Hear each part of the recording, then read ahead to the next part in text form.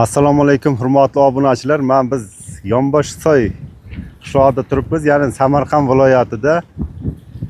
Ko'rib turibsizlar, mana Sputnikdan ko'rinsa ham bu joyda asosiy yashil maydon mana shu yer hisoblanadi. Bu yerda 3 gektar piyoz ekilgan. Ya'ni bu piyozimiz tomchilab sug'orish asosida bunyod etilgan. Ya'ni ko'pincha ko'ramiz YouTube'larda o'sha Xitoy davlatda tomchilab sug'orishda piyozni yetishtiradi. Mana bu yerda ham o'tgan yili ham 1,5 gektar bu tomchilab sug'orish asosida piyoz yetishtirilgandi. Unda yuqori daromad olindi. O'sha yuqori daromad olinganligi sababli bu yerda yana bu yil 3 gektar bir barobar ziyatli piyoz ekildi. Mana ko'rib turibsizlar piyozimizda.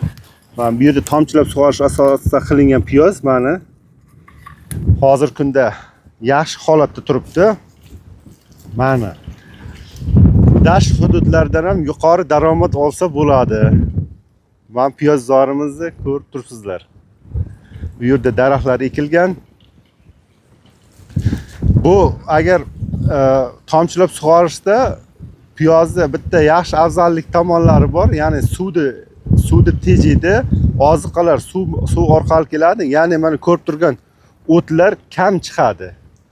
Agar agatlab sug'organimizda bu yerda o't bosib ketib o'tash qiyin bo'ladi. Agar bu tomchilab sug'organimizda o't kam.